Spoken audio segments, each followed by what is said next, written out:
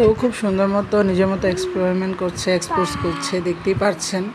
ও খুব সুন্দর করে নিজের থেকে যাচ্ছে স্লাইড করার জন্য। প্রথমে একটু ভয় পেয়েছিল, তারপর আস্তে আস্তে ঠিক হয়ে গেছে।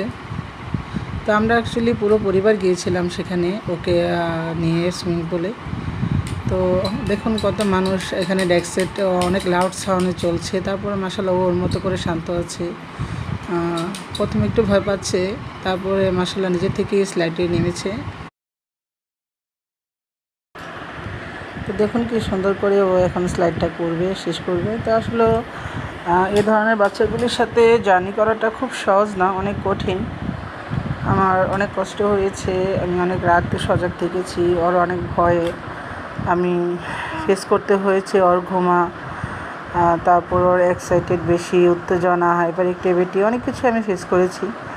ওকে নিয়ে কোথাও যেতে পারতাম না, নতুন কোনো জায়গা, কোনো মার্কেটে বা কোনো শপিং মলে।